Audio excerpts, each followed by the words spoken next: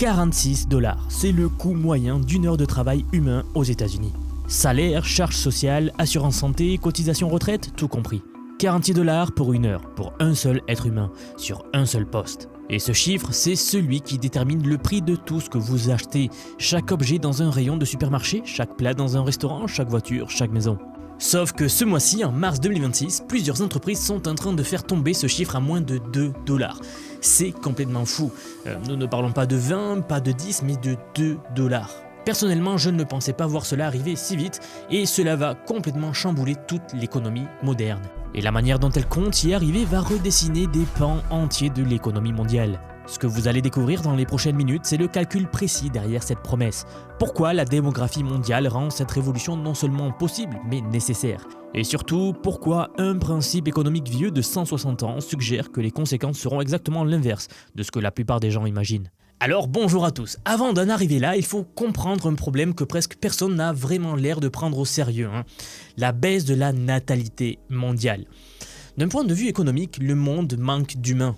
Pas dans l'absolu, pas encore, mais là où ça compte, dans la force de travail. La Corée du Sud affiche aujourd'hui un taux de fécondité de 0,7 enfants par femme. Pour vous situer, il en faut 2,1 juste pour maintenir une population stable. 0,7, c'est un effondrement sans précédent dans l'histoire de l'humanité récente. La population active chinoise a atteint son pic en 2011 et recule depuis plus d'une décennie. Le pays a perdu des habitants 3 années consécutives. Aux États-Unis, le taux de fécondité est tombé à 1,58 enfants par femme selon les dernières projections du Congressional Budget Office. Et le bureau du budget du Congrès prévoit que dès 2030, le nombre de décès dépassera celui des naissances sur le sol américain. La population des pays de l'OCDE en âge de travailler a commencé à décliner à la mi-2025. Et selon une étude publiée dans The Lancet, donc par l'Institute for Health Metrics, d'ici 2100, plus de 97% des pays auront un taux de fécondité inférieur au seuil de remplacement. Et aucune politique nataliste au monde n'a réussi à inverser durablement cette tendance. On peut offrir des congés parentaux, des allocations, des crédits d'impôt, que sais-je. Toutes les données nous montrent que ça ralentit la chute, certes, mais ça ne la stoppe pas. Les bébés qui auraient dû devenir les ouvriers, les aides-soignants, les manutentionnaires de 2040 ou 2050 ne sont tout simplement jamais nés. Et ce détail est assez important pour comprendre la suite. Parce que c'est dans ce contexte précis qu'une course industrielle d'une ampleur inédite est en train de se jouer. En janvier 2026, Tesla a pris une décision que très peu de gens ont mesurée à sa juste valeur. L'entreprise a annoncé l'arrêt de la production des modèles S et des modèles X, qui sont 2 véhicules qui ont littéralement construit la marque. Tout cela pour convertir les lignes de production de son usine de Fremont, en Californie, à la fabrication de, accrochez-vous bien, robots humanoïdes. Vous savez, quand vous êtes une entreprise, vous ne sacrifiez pas 2 des produits les plus emblématiques de votre catalogue, sauf si vous êtes convaincu que ce qui arrive derrière est infiniment plus grand. Le robot en question s'appelle Optimus et sa 3e génération, celle conçue dès le départ pour la production de masse, embarque une main dotée de 50 actionneurs et 22 degrés de liberté. Si vous suivez la chaîne, il y a de fortes chances que vous connaissiez ce robot. Elon Musk a lui-même reconnu que cette main, combinée à l'avant-bras, représente à elle seule la majorité de la difficulté d'ingénierie de l'ensemble du robot. Plus difficile que le modèle X dans sa totalité, plus difficile que le Cybertruck. La main de ce robot est une prouesse d'ingénierie. Seul le Starship de SpaceX dépasse Optimus en termes de complexité selon ses propres termes. Tesla prévoit de déployer ses robots dans ses propres usines dès le 2e trimestre 2026 pour collecter des données opérationnelles, avec un objectif de commercialisation aux entreprises fin 2026 et au grand public en 2027. Et le budget d'investissement de Tesla pour 2026 dépasse les $20 milliards contre 8,5 milliards en 2025. Le signal est donc très clair. Ayant dit cela, sachez que c'est là que les chiffres deviennent vertigineux. Le calcul du coût horaire d'un robot humanoïde repose sur 4 variables. Premièrement, le prix du robot. Tesla vise entre 20 000 et 25 000 $ par unité à grande échelle, à peu près 25 000 €. Pour mettre ça en perspective, Unitree, donc un fabricant chinois qui a déjà livré plus de 4 200 robots humanoïdes en 2025, vend son modèle G1 à partir de 16 000 $. Le prix cible de Tesla n'a donc rien d'un fantasme. Deuxièmement, le volume horaire. Un travailleur humain effectue environ 2000 heures par an de travail. Un robot n'a pas besoin de dormir, de manger ni de prendre de vacances. À raison de 20 heures d'activité par jour avec 4 heures de charge et de maintenance, on atteint environ 7000 heures annuelles. Troisièmement, la durée de vie. Même en étant conservateur avec 3 ans, on obtient 21 000 heures d'utilisation totale. Un robot à 25 000 $ amorti sur 21 000 heures, c'est environ 1,20 $ de l'heure, rien que pour l'amortissement. On ajoute l'énergie, c'est-à-dire quelques centaines de watts en fonctionnement, disons 10 à 15 centimes par heure au tarif industriel. On ajoute la maintenance, les remplacements d'articulation, les mises à jour, disons 20 à 30 centimes supplémentaires. Et quatrièmement, tout ce qu'on ne paie pas. L'assurance santé, la formation, le recrutement, le turnover, les charges sociales, le litige, les vols, l'absentéisme, etc. Je pourrais continuer comme ça assez longtemps. Le total atterrit entre 1,50 et 2 $ de l'heure, face à 46 $ pour un humain, rappelez-vous, une réduction de 96%. Bien, et c'est précisément pour ça que la suite va vous étonner. Parce que la réaction instinctive devant ces chiffres, c'est la peur. La peur du chômage de masse. 3,5 millions d'Américains conduisent des camions pour vivre aujourd'hui. Près de 2 millions travaillent en entrepôt. Des millions d'autres dans l'industrie, la restauration, le commerce. Ok, ayant dit tout cela, si un robot fait le même travail pour 25 fois moins cher, la conclusion peut vous sembler évidente, n'est-ce pas? Ça va être de la catastrophe. Attendez, pas si vite. En fait, il existe un principe économique qui est assez connu, assez puissant et qui dit exactement le contraire et qui a raison depuis 160 ans. En 1865, l'économiste britannique William Stanley Jevons a observé quelque chose de contre-intuitif. Les machines à vapeur de James Watt venaient de devenir beaucoup plus efficaces. Logiquement, la consommation de charbon aurait dû baisser puisqu'on avait besoin de moins pour produire la même énergie. C'est l'inverse qui s'est produit. La consommation a explosé. Parce que l'énergie moins chère a rendu rentables des activités qui ne l'étaient pas avant. Plus d'usines, plus de trains, plus de navires. L'efficacité n'a pas réduit l'usage, elle a créé une demande entièrement nouvelle. Alors, ce phénomène-là porte un nom bien connu, le paradoxe de Jevons. Peut-être que vous l'avez déjà entendu, si vous suivez la chaîne, nous en avons déjà parlé dans d'anciennes vidéos. Et ce phénomène, ce paradoxe de Jevons, s'est vérifié à chaque grande rupture technologique. Les transistors moins chers n'ont pas réduit nos dépenses en informatique. On a mis des processeurs dans les voitures, les téléphones, les réfrigérateurs, les sonnettes, etc. Le stockage de données moins cher n'a pas réduit le volume stocké. Il a rendu possible des vidéos YouTube, TikTok et des milliards d'heures de vidéos que personne n'aurait pris la peine de créer quand un mégaoctet coûtait une fortune.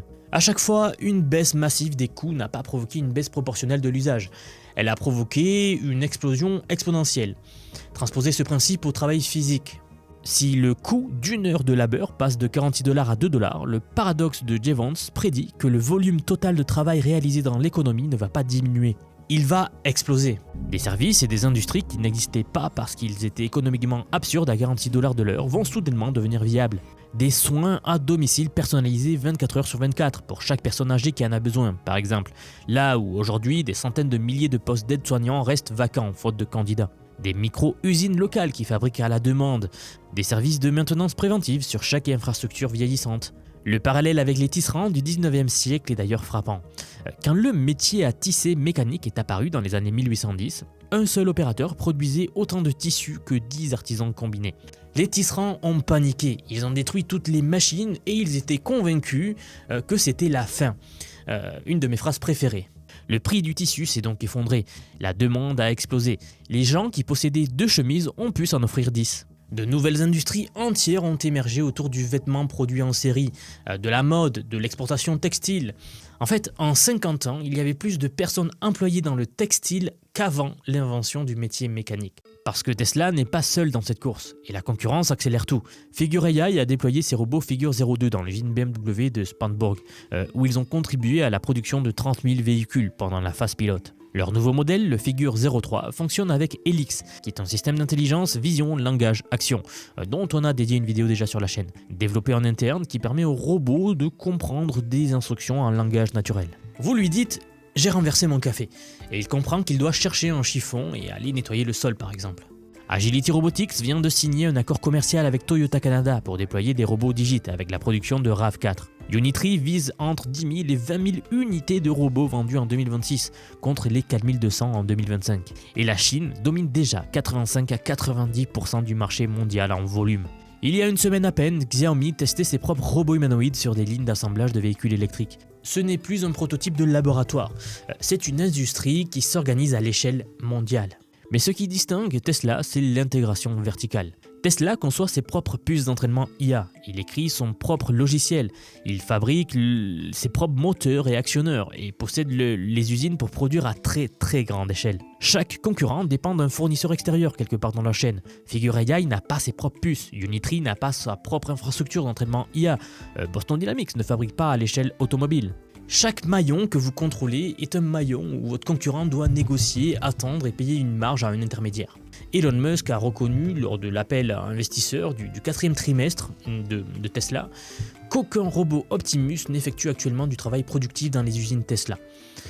Ils sont en phase de recherche et de collecte de données actuellement. En décembre 2025, une démonstration à Miami a semé le doute, des observateurs ayant noté que les robots semblaient piloter à distance plutôt qu'entièrement autonomes. Rodney Brooks, donc cofondateur d'iRobot, qualifie l'idée d'un robot humanoïde domestique polyvalent de, je cite, pure fantasy à ce stade. Et Musk avait annoncé 5000 unités produites fin 2025. Ça n'est bien sûr jamais arrivé. La Gen 3, la génération 3, première version réellement conçue pour la production de masse, ne sera dévoilée que dans les prochaines semaines. La prudence est donc de mise sur les délais à court terme. Mais ce qui n'est pas en doute, en revanche, c'est la direction. La trajectoire économique et démographique rend cette technologie non pas optionnelle mais incontournable. Cela va arriver. Les signaux sont beaucoup trop nombreux. Le marché mondial du travail représente plus de 40 000 milliards de dollars par an. Même en capturant une fraction infime de ce marché, les robots humanoïdes deviennent le plus gros produit industriel de l'histoire moderne. La transition va être douloureuse pour beaucoup de gens, exactement comme elle l'a été pour les tisserands du 19e siècle que nous venons de voir. La différence, c'est que cette fois, la technologie se déplace infiniment plus vite. La période d'adaptation sera plus courte, les reconversions plus urgentes, et les gouvernements qui n'investissent pas massivement dans la formation et l'accompagnement vont créer des crises sociales. Mais le paradoxe de Jay Vance nous dit aussi que de l'autre côté de cette disruption, il y a une explosion d'activités économiques que personne ne peut encore imaginer. Des métiers, des services et des industries entières qui n'existaient pas aujourd'hui parce que le coût du travail les rendait impossibles. Messieurs, dames, si ce sujet vous interpelle, si vous sentez que comprendre l'intelligence artificielle et ses outils n'est plus un luxe, mais une nécessité pour rester du bon côté de cette courbe, vous avez raison et j'ai justement quelque chose pour vous. J'aimerais vous dire que depuis quelques mois déjà, j'ai construit un programme d'apprentissage unique. Je vous apprends l'IA sous tous ses aspects. C'est un parcours que j'ai créé et pensé pour vous transmettre tout ce que je sais. Alors non seulement sur les modèles d'IA comme ChatGPT, Gemini de Google, Grok de Elon Musk, Claude, etc. Je vous montre en fait et surtout la manière de les intégrer concrètement dans votre vie, dans votre travail, dans vos projets. Et ce que vous soyez salarié, indépendant, entrepreneur ou même à la retraite. Car oui, nous avons beaucoup de retraités dans la communauté et ils utilisent l'IA au quotidien. J'ai récemment sorti la plus grosse mise à jour à ce jour de la formation. Ça fait un petit moment que j'en parlais, mais ça y est, elle est là, elle est en ligne. C'est un module entièrement dédié à l'automatisation par IA, donc en utilisant N8N. Autrement dit, la création d'agents IA, donc des espèces de salariés virtuels qui vont travailler pour vous et tout faire pour vous. En somme, vous faire gagner des heures et des heures et des heures. Vous êtes déjà plus de 6 à 7 000 à avoir rejoint ce programme, donc merci pour tout ce soutien. Et enfin, sachez qu'il n'y a pas besoin d'être développeur, pas besoin d'avoir un profil technique. Je vous prends par la main et pas à pas, avec des leçons vidéo claires, des cas concrets pratiques, on voit tout ce qui touche à l'IA. Dernier point, mais pas des moindres bien sûr, si vous nous rejoignez aujourd'hui, vous aurez accès à toutes les évolutions du futur. Sans surcoût, accès illimité à vie à tout ce que je veux vous apprendre. Donc aujourd'hui, c'est un paiement unique, ce n'est pas un paiement mensuel, c'est juste un paiement unique et vous aurez accès à vie à toutes les mises à jour que je vais faire en permanence et que je fais en ce moment même d'ailleurs. Donc si cela vous intéresse, vous avez les liens en dessous de la vidéo, donc soit en description, soit en commentaire épinglé pour nous rejoindre. Dans tous les cas, moi je serai très heureux de vous accueillir dans le programme Vision IA. Si vous êtes encore là, merci d'avoir regardé cette vidéo jusqu'au bout et je vous dis à très vite pour la prochaine vidéo. À bientôt.